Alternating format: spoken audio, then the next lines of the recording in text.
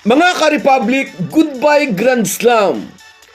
Napaka-crucial para sa Talk and Text ang Game 4 mamaya. Kapag natalo pa sila rito, almost 99% goodbye na sa kanilang ambisyong makasungkit ng Grand Slam. Napakahirap umahon mula sa 1-3 deficit sa isang final series. Malabo pa ring makapaglalaro si Poy Eram at tiyak na sasamantalahin ulit ito ng SMB. Kailangan ni Kelly Williams ng tulong para pigilan si Fajardo. At kung maaga ulit mapapaul trouble si Brandon Ganuelas-Roser, hopeless case na ito para sa TNT. Pag-uusapan po natin yan, pero bago ang lahat ay maglalambing po ako sa inyo na isubscribe ninyo itong ating channel at kung di masyadong makakaabala ay i-like at paki-share na rin ninyo. Malaking bagay po yan sa aming mga vlogger. Maraming salamat. Mga ka-Republic, ayan kasi, ginalit nyo kasi ang SMB. Ito ang sinasabi ng mga fans pagkatapos tambakan ng San Miguel ang Talk and Text sa Game 3. Nakamove na ang kupunan mula sa controversial loss sa Game 1, ngunit ang mga SMB fans ang hindi madaling makalimot. Hanggang ngayon, alamang nasa series ang San Miguel ay ginagamit pa rin ito ng kanilang mga fans bilang pang-asar sa mga fans naman ng tropang 5G. Linawin po natin mga fans ng SMB, wala pong kasalanan ng TNT sa nangyari noong Game 1. Ni hindi nga po sila nagreklamo, walang naging reaksyon ang coaching staff ng tropang 5G sa dunk na iyon ni Mutaw Tua.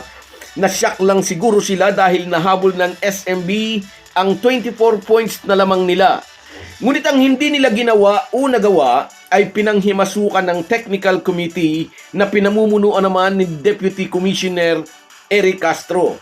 At yun nga, ninalipay ng mga ito ang dunk ni Mutaw Tua. So in fairness, di tayo dapat mainis sa Talk and Text. Ang nakakainis talaga ay itong sina Eric Castro at Bong Pascual. Anyway, pagkatapos ng kontrobersyang iyon sa Game 1, tila naging motivation iyon ng SMB para angkinin ang sumunod na dalawang laro. At ang Game 3, tambak ang TNT. Walang mahanap na sagot si Chot Reyes sa pananalasa ni Junmar Fajardo sa shaded lane. Maagang dinala ni The Kraken sa foul trouble sina Kelly Williams at Brandon Ganuelas-Roser. Wala si Poy Eram dahil sa severe ankle sprain, napilitan si Coach Chot Reyes na gamitin si Henry Galinato para pansamantalang pigilan si Abay. Ngunit hindi talaga nito kaya ang husay at experience ng 8-time MVP. Sumubok din si Glenn Cobunti na tumulong, pero ano ang laban ng isang natural guard kontra sa barakong si Mutaw Tua.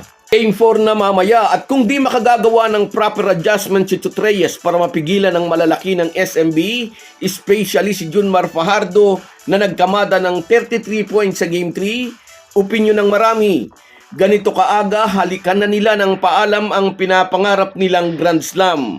Mukhang uulitin ng SMB ang kasaysayan ng TNT.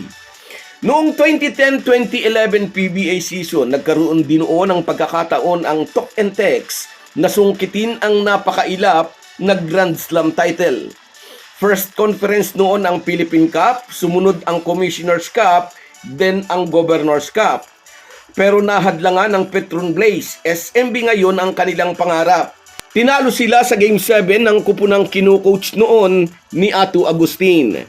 Kung noong 2011 ay nakaabot sa Game 7 ng final series, mukhang mas mapapaaga ngayong Season 49. Liban na lang kung makakakita si Chot Reyes ng solusyon sa mga problemang dinadala sa kanya ng SMB. Si Junmar at si Mutaw Tua, si Rodney Brondial at Chris Ross, nariyan pa si Marcio Lassiter, Jericho Cruz at Don Trollano. Sang-ayon din sa ating mga basketball aficionados, hindi pa pumuputok ang opensa ni CJ Perez sa last 3 games nitong finals. At siguradoan nila darating at darating yon na dapat bantayan ng mga bataan ni Chot Reyes. Si CJ Perez ang leading scorer ng SMB sa conference na ito, pero dito sa finals ay nag-a-average lang siya ng 13 points. Kaya sa mga susunod na laro, inaasahan na biglang puputok ang opensa ng former Lyceum Pirates star. Sa isang banda, pagkatapos ng dalawang dikit na talo sa Game 2 at Game 3, nananatiling positibo si Brandon Ganuelas-Roser. Kung makababalik daw sila sa final series na ito, alam daw niyang dapat mag-start iyon sa kanya. Kailangan makapag-perform siya ng maganda. Alam ni BGR, hindi enough yung nagawa niya sa Game 3 na nakatatlong puntos lang siya. Instead na mag-improve, bumaba sa 8.6 and 3.6 rebounds ang average ni BGR dito sa finals. Sa semis, 11 points and 7.5 boards ang kanyang average. Pero naipakita naman niya sa lahat na isa siyang mahusay na rim protector with 3.6 blocks per game.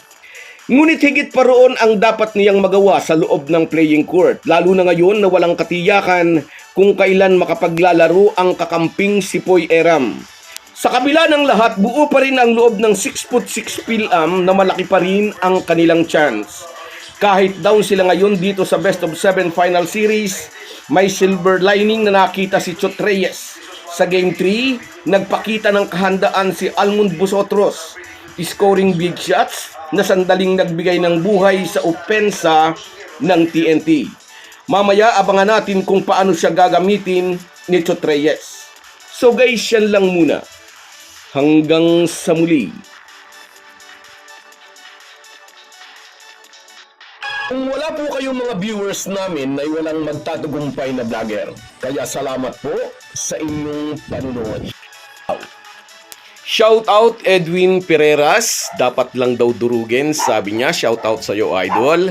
At sa iyo rin shout out Merson Kabady Vlog mula naman dyan sa Oman. Salamat sa suporta, kabayan. At sa iyo rin shout out Estrella Mercurio, sana raw tuloy-tuloy na ang panalo ng SMB. At sa iyo rin shout out Nelson Reyes, nasa Saudi rin ito.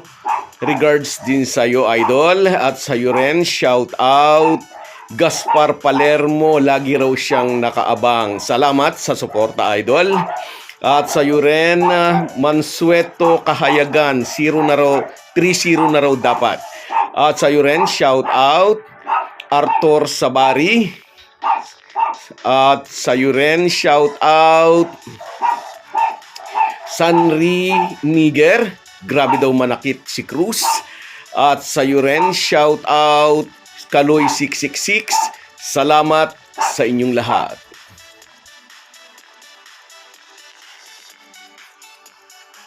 Kahit gaano po tayo kabisi, ay huwag po nating kalimutan ang ating buhay espiritual.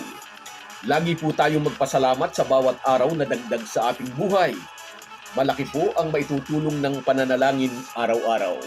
Isang paalala po mula sa inyong Halo-Halo Sports Republic.